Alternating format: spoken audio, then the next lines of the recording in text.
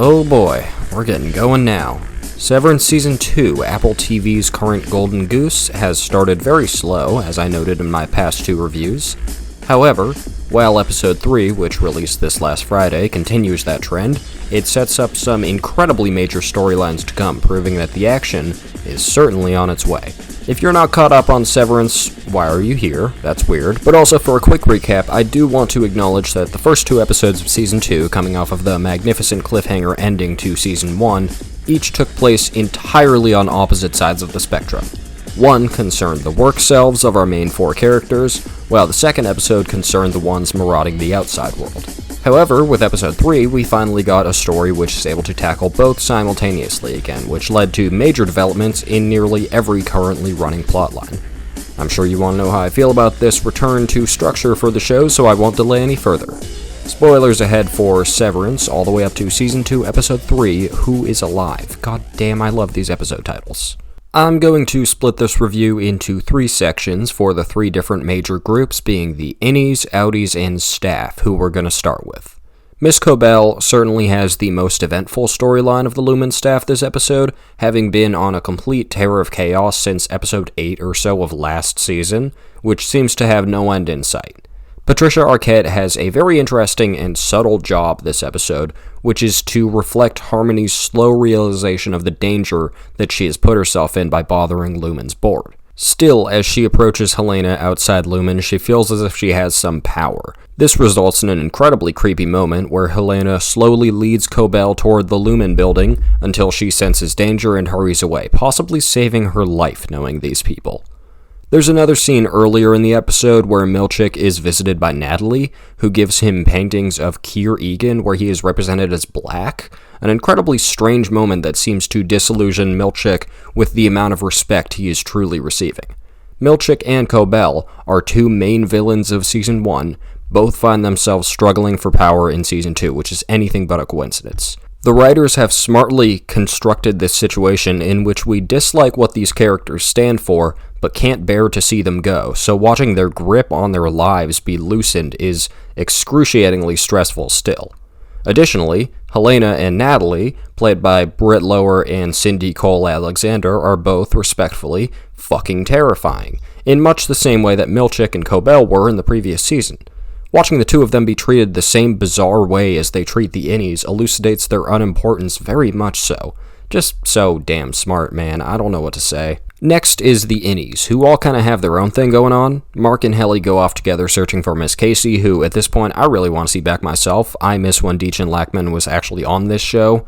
What they find is pretty bizarre, returning to the Goat Man, who they found in Season 1, who, at the time, appeared to be just a single guy taking care of goats, all by himself. Turns out it's a community, led by Gwendolyn Christie's Lorne, who has made a big imprint on reviewers, it seems, since she's plastered all over the promotional material for this episode.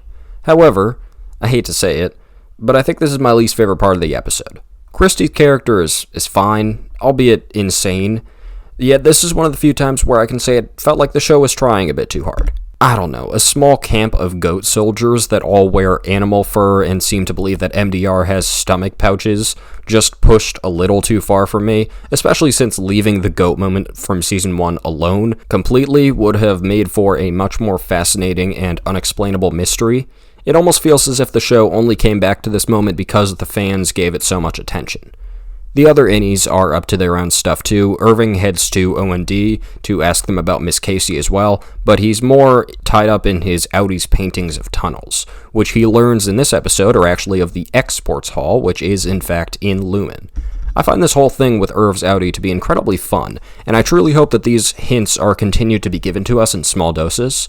Mark sculpting the tree that his wife died at in Season 1, and Irv's Outie making these paintings suggests that Severance does not completely separate the innie and outie, something which could evolve into a deeper plotline in a later episode or season. Meanwhile, Dylan actually makes contact with the outside world through Milchick's Outie family visitation suite idea, meeting his Outie's wife, Gretchen. This scene strikes me as seeming particularly difficult to write, considering how strange an experience this would be for both participants. Dylan predictably takes it a little less seriously, but he's still obviously touched, with the shot of him standing in front of copies of a picture of his family being easily one of the best of the episode. Gretchen is notably a little creeped out by the whole thing, but almost seems to appreciate that Dylan can do what his outie can't, something which makes his outie's storyline from the previous episode all the more tragic. Dylan George is trying his best to get by, yet the only way he can succeed at his job is by getting a different version of him to do it for him. This is yet another plot point that I hope we see get more attention. Finally, there's the outies, which is pretty much just Outie Mark. Outie Mark has become one of the most interesting characters in Severance canon with this season, particularly because of a question that it took me a while to ask myself. Is he a good person? I would instinctively say yes, and that's what he would say too, but Mark Scout's motivations are clearly a little muddled, and he currently sits somewhere in the gray area. This episode only deepens how much Mark would screw over everything just in order to get rid of his depression over his wife Gemma, who he is beginning to realize is alive. He sends his innie back to work in the previous episode after Milchick reactivates his depression, and this time around, Mark sacrifices everything. After a few attempts to discover the truth about his wife, Mark is given it to him straight by Ragabi, a woman who he had previously contacted in Season 1 that can do a procedure called reintegration, where a severed person essentially unsevers themselves. As soon as she tells him that Gemma is alive as Miss Casey inside Lumen, Mark instantly agrees to unsever and goes through with the procedure in his basement, despite having seen the risks of it in Season 1 with Petey, his supposed work friend. This moment is the most major of the entire episode by a lot, since it presents fucking thousands of questions. The first of which is, what does this mean for Mark's characters? That's right, plural. Is any Mark ever going to be the same again? And if not, is the goat scene the last one we ever get with him, because that would suck? My guess is that we will be able to see the two different sides of Mark in full control, but never like we have before. I imagine there will be some of the MDR crew interacting with Outie Mark, and some of Mark's family interacting with his innie once again. Whatever it is, this moment is clearly gargantuan, as Mark should now be able to completely focus his motivations on Miss Casey. I'll admit, this moment definitely caught me off guard, and I was a little confused by the decision to have this happen so suddenly only 3 episodes into the season, but it definitely advances the plot majorly, and I have trust in the writers to make me love this journey. So, can I answer the question? Is Mark a good person? I would say yes. However, under stress, when his sight of the situation is muddled by his desperation for his wife, can he make good decisions? I would say no. That's all for Episode 3, A Real Mindbender. Season 2 has leaned heavily into the cult aspects of Lumen, and it is certainly disturbing. The more we expand the world of this company, the more it appears like controlled chaos instead of a functioning business. And the more chaotic it appears, the less safe anyone seems. This show takes so many twists and turns that nobody sees coming, enough that every time I press play on a new episode, I get this jittery, uncertain feeling as if it's just going to suddenly kill everyone off 10 minutes in and blow my mind. And I can't wait to get that feeling again next week. Unfortunately, I am going to rate this episode just a little lower than the others at a 7.5 out of 10, but I have to give some credit to this one for possibly having my ass clenched harder than it has been since Season 1's finale. I'll see you next week with Woes Hollow.